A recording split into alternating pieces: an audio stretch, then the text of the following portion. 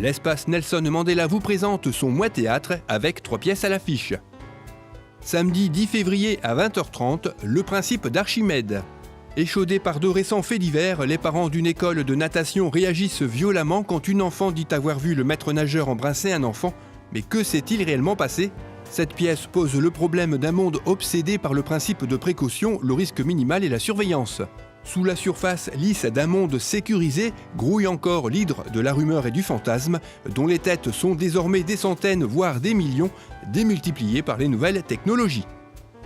Samedi 17 février à 20h30, Les Amants de Montmartre. Un hommage à Courteline en offrant à ses pièces le décor de Montmartre, en compilant le Gora, La peur des coups, La paix chez soi, Avant, Après, Les choux et autres pièces courtes et levées de rideau, les comédiens ont tissé l'histoire de Marguerite et René. Les chansons d'époque interprétées par les comédiens et reprises à l'accordéon, à la guitare et à l'harmonica sont une invitation à monter à bord de cette machine à remonter le temps. Mardi 20 février à 20h30, Reproche. Ça commence de la façon la plus anodine qui soit. Un couple qui pense encore avoir la trentaine, alors que la quarantaine s'approche dangereusement, papote sur un micro-événement. Elle serait passée devant lui et lui aurait dit quelque chose qu'il n'a pas entendu. Il lui demande de répéter, elle prétend qu'elle n'a rien dit. Les personnages sont authentiques et permettent une identification immédiate. La pièce est aussi bouleversante que drôle. Son langage laisse le public s'interroger sur le sort de ce jeune couple et du choix de la vie à deux en général. Infos et réservations à l'espace Mandela le mercredi uniquement, de 9h à 12h et de 13h30 à 17h30 ou par téléphone au 03 20 46 65 31. Vous pouvez également acheter vos places en ligne en vous rendant sur le site internet de l'espace Mandela. Retrouvez ce journal et d'autres informations sur lachapelle-tv.fr.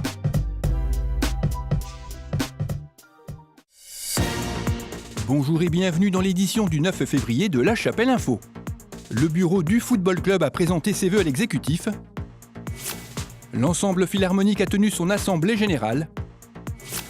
Et pour finir, l'ensemble vocal Bonne Nouvelle a remis un très beau chèque à la Banque Alimentaire.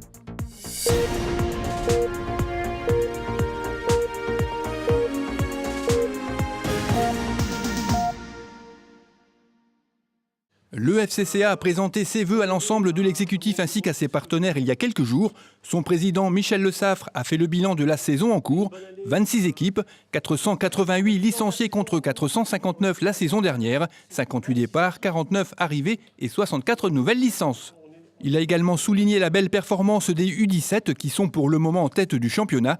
Les tournois à venir sont pratiquement complets, avec pour la première fois l'organisation d'un tournoi vétéran A7 le 8 mai et pour les maxi plateaux U6, U7, U8 et U9 des 16 et 17 juin, 80 équipes inscrites. Le président a vivement remercié tous les éducateurs grâce à qui les compétitions et les résultats jeunes par catégorie sont une vraie réussite, ainsi que les nombreux sponsors, les services techniques municipaux, sans oublier le club des supporters, toujours présent pour épauler le FCCA. Bernard Coleman, le secrétaire de la Ligue des Hauts-de-France, a rappelé qu'il était toujours heureux de participer à cette cérémonie chaque année. La Ligue a fusionné cette année avec la Picardie, occasionnant un surplus de travail avec des inconvénients pour l'obtention des licences. La Ligue étant passée de 160 000 à 230 000 licenciés pour 1700 clubs. Franck Torres, adjoint au sport, fêtes et animations, a présenté ses vœux au nom de la municipalité et de la commission des sports. Il a souligné que si le nombre de licenciés augmente chaque année, c'est grâce aux équipements et aux compétences du club, aussi bien en accueil qu'à l'organisation de manifestations. Le club a justement besoin de nouveaux arbitres pour la saison prochaine. Il faut avoir 15 ans au minimum. Alors si cela vous tente, vous pouvez d'ores et déjà prendre contact avec le FCCA. L'ensemble philharmonique a tenu son assemblée générale avec à l'ordre du jour une révision de ses statuts. Mis en place en 1991, il ne correspondit plus au fonctionnement que connaît l'association aujourd'hui. Une association qui se porte très bien, comme l'a souligné son président Michel Castelin, avec un nombre important de musiciens présents lors de chaque répétition et un nombre sans cesse croissant d'inscriptions à l'école de musique. Il a d'ailleurs fallu refuser 17 inscriptions cette année, arrivé trop tard après la date limite pour la prise en compte des contrats des professeurs. Le nouveau directeur Frédéric Clerc a présenté le bilan de l'école. 145 élèves, 36 nouvelles inscriptions, ce qui est énorme pour une école de musique. Une classe d'éveil musical qui a atteint son quota maximal de 10 élèves. 12 classes d'instruments, dont une nouvelle classe de corps. Le recrutement d'un professeur de hautbois. La fusion des classes de percussion et batterie. Un cursus de solfège de 9 ans réduit à 7 ans sur 10 niveaux.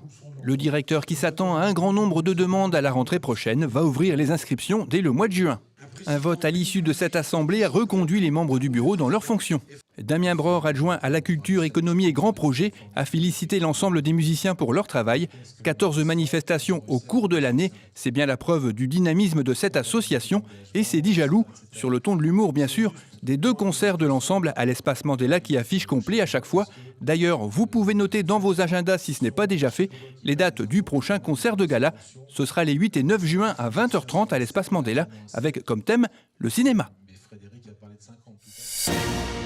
Le 18 novembre dernier, l'ensemble vocal Bonne Nouvelle organisait un concert à l'espace Mandela au profit de la Banque alimentaire du Nord. Et bien la semaine dernière, la présidente de l'ensemble, Frédéric Houbron, a remis au directeur opérationnel du département un chèque de 1 632 €, une aide bienvenue pour cette association qui fonctionne toute l'année. Alors, ce chèque, c'est déjà le symbole de la générosité. Donc on a entendu pendant cette soirée donc une sorte de mélodie du bonheur, mais on a aussi entendu la mélodie de la générosité.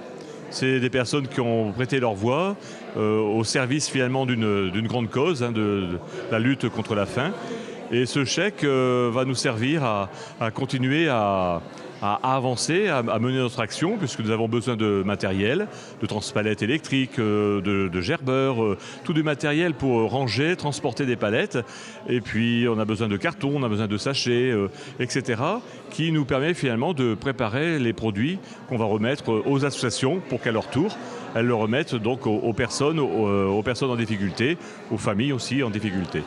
Alors la banque alimentaire fonctionne et est ouverte toute l'année, tous les jours de l'année. Et puisque autant gérer en période hivernale, on pourrait penser qu'on a davantage faim, mais il faut aussi se souvenir qu'on mange toute l'année et que même en période estivale, eh bien, il y a des familles aussi qui ne partent pas en vacances et qui ont aussi besoin non seulement de manger, de se nourrir, de nourrir le corps, mais aussi de nourrir le cœur. Et c'est pour ça que nous donnons toutes sortes de produits. Des produits qui nourrissent, des produits roboratifs, mais aussi des produits plaisir. Parce que je pense que c'est important, manger c'est un acte social, c'est un acte convivial, et manger c'est aussi se faire plaisir. Et quelqu'un me disait pas très longtemps, un bénévole, que finalement tous les moments heureux ou malheureux de l'existence se passent finalement autour d'un plat, autour d'une table.